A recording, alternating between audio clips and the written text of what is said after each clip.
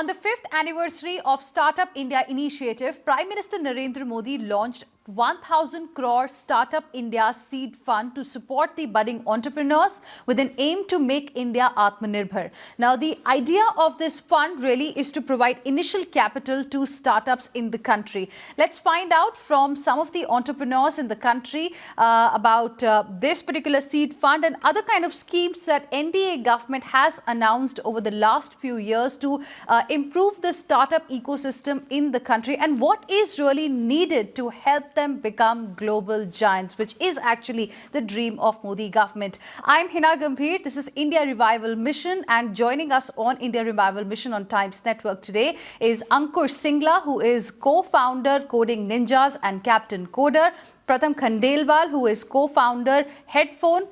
We have with us Rasik Pansare, co-founder and CMO Get My Parking, and Madhav Rajgaria, who is director and CEO Neutral Fuels. Gentlemen, thank you very much, all of you, for joining us here on India Revival Mission. Let me begin this discussion with you, Rasik Pansare.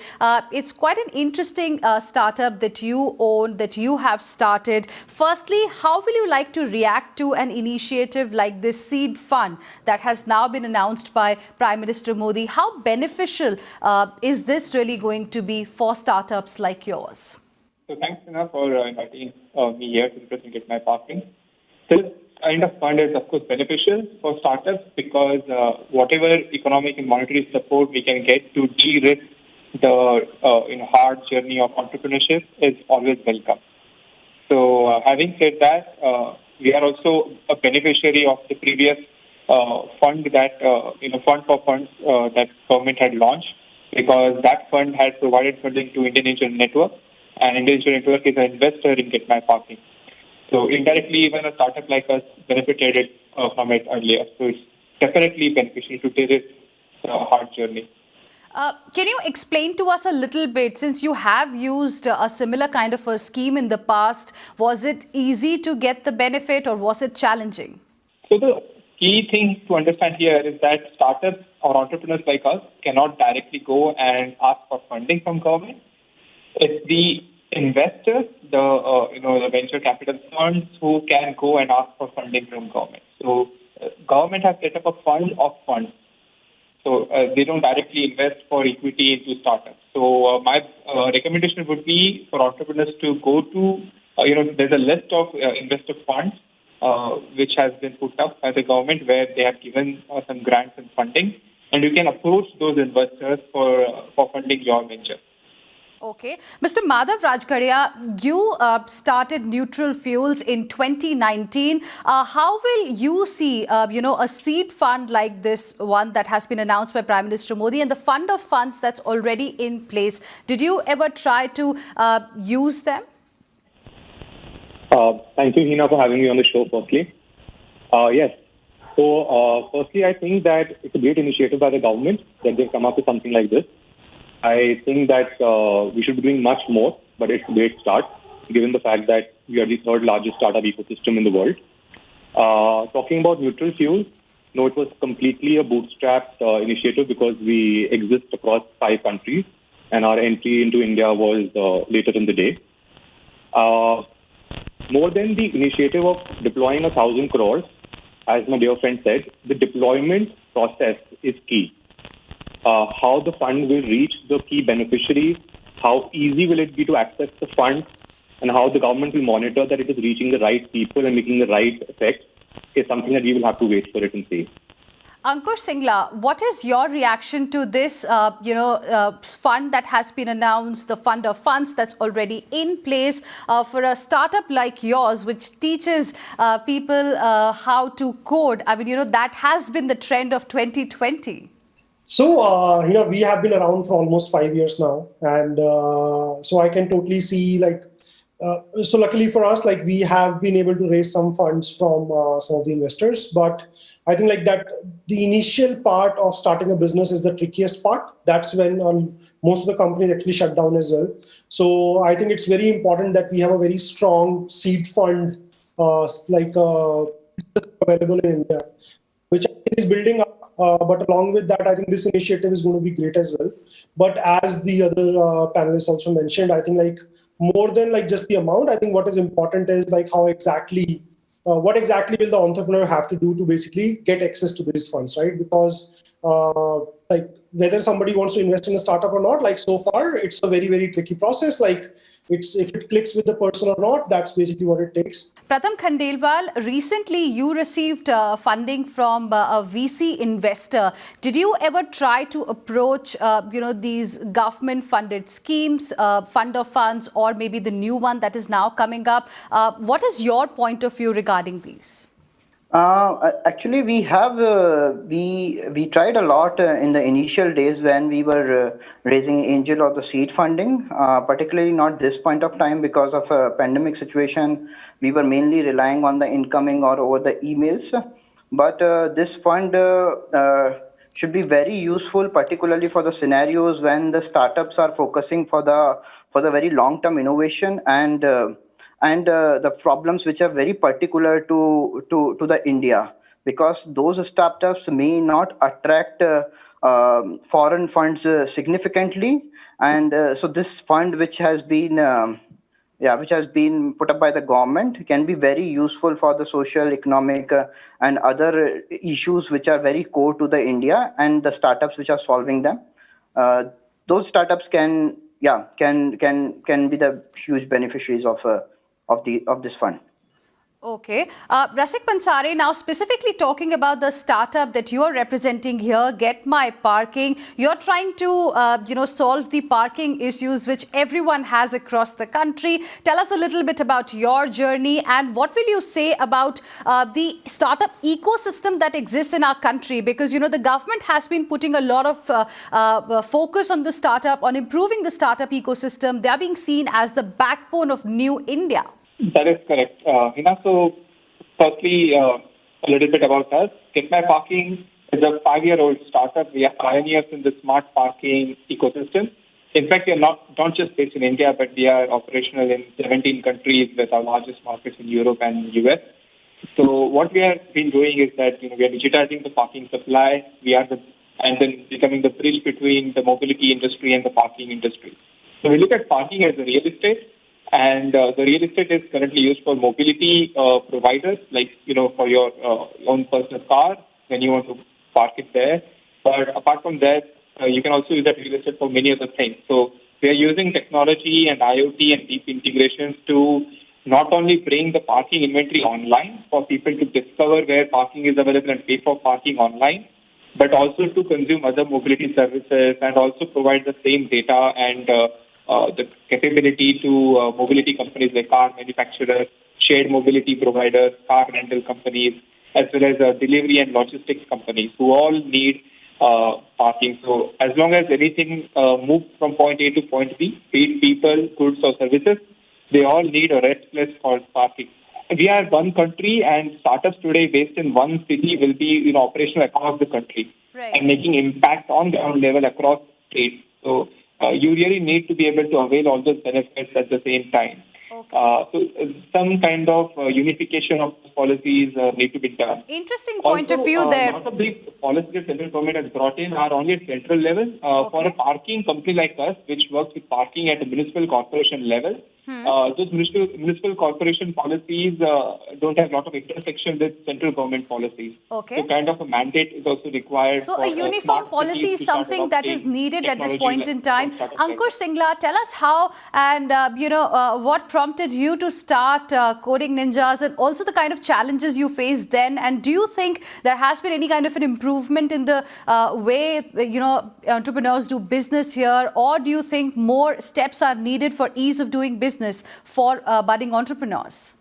Right. So regarding our story, right? So we started 5 years ago. I personally have been on both the ends, studying in India, studying in US, trying to hire, trying to get a job. And one thing that sort of stuck me is that everybody, there are so many software engineering jobs that we have in the industry right now, but people are not skilled to the level which they should be from their formal education.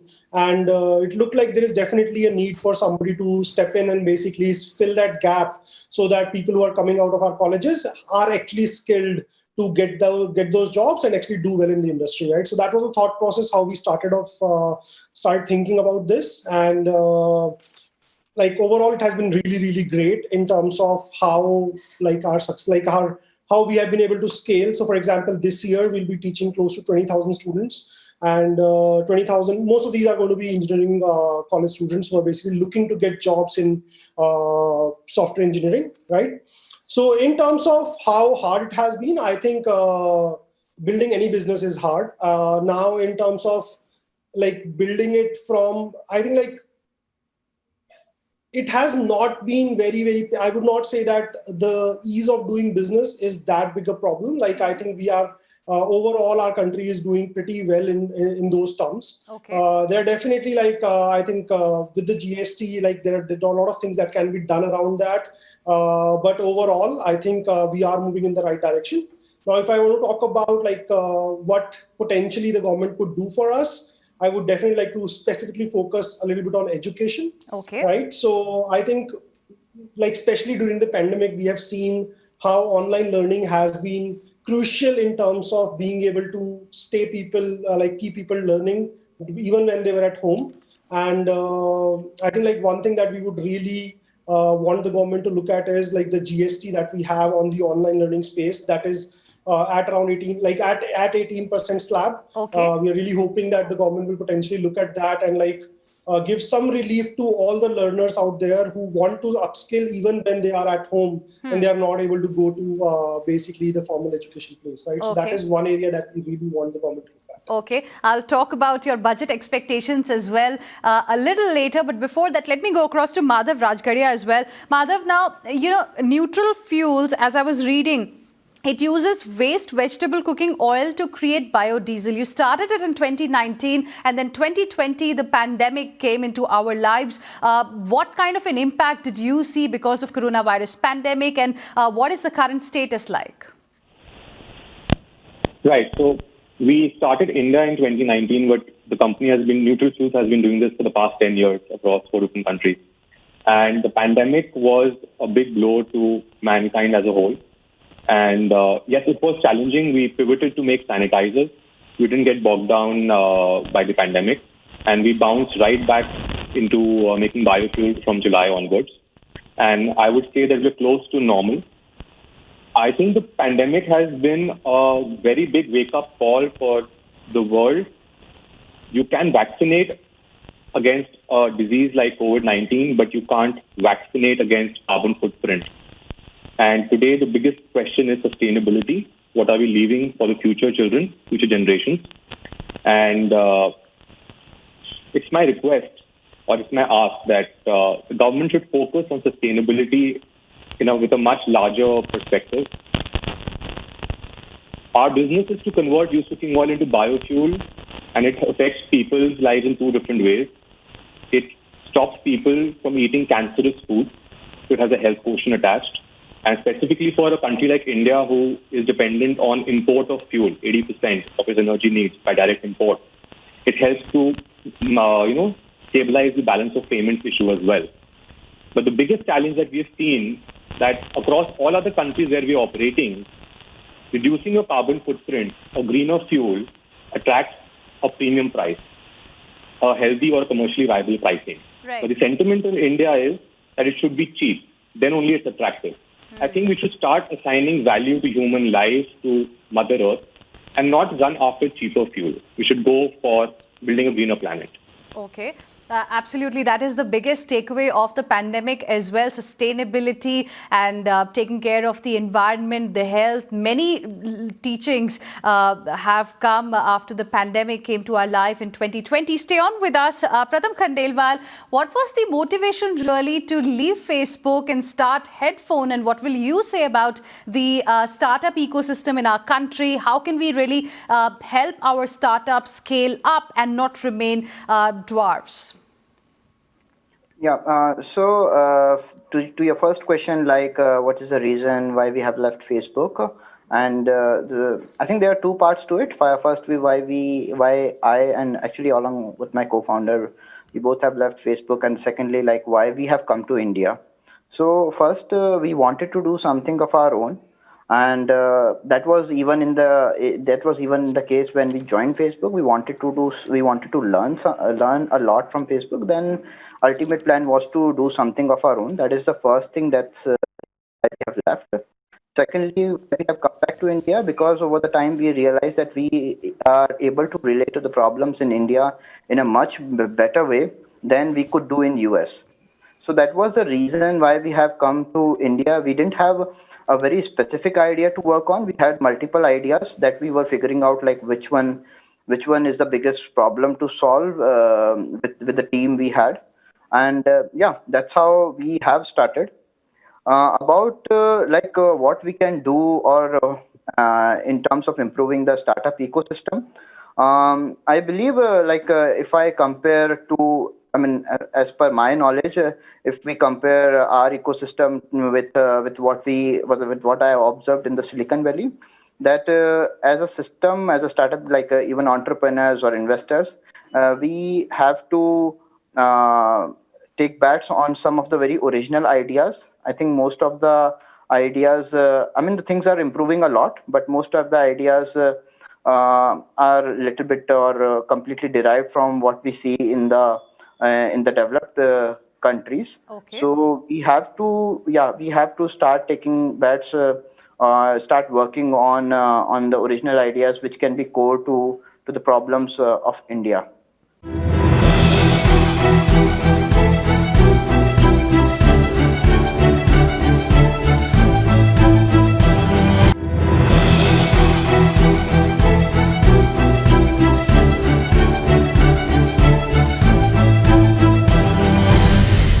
Gentlemen, now budget is also around the corner. Let's also ask you about your expectations from Finance Minister Nirmala Sitharaman, because this year the way focus has been on making India Atmanirbhar. The expectation is that there is going to be something for every sector to help economy come back on track, to help the economy get back on the pre-COVID level that we had earlier.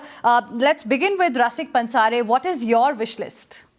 My wish list is very clear. The central government should allocate some definitive budget to fund the urban real estate infrastructure upgradation. For example, parking lots. All the government parking lots don't have basic amenities like water, sewage, electricity, as well as security. So we need to upgrade this real estate, which is parking, which is lying around in our urban centers, so that it can serve as a mobility hub for deliveries and other amenities, value-added services for the people living around those parking lot areas. Okay. Ankush, you've already told us one of your expectations. Do you have more expectations from the Finance Minister? I do have a long list, to be honest. We'll try to keep it short. So I think so last time in the budget, the finance minister talked about how there is a plan around online degrees and how some of the universities will be able to give online degrees. So that was an announcement that was made during the budget. So on the similar lines, I think there is very with the pandemic, especially I think a strong learning that we should have is that we need to build a framework for edtech companies to actually play a role in the structured education system, the formal education system.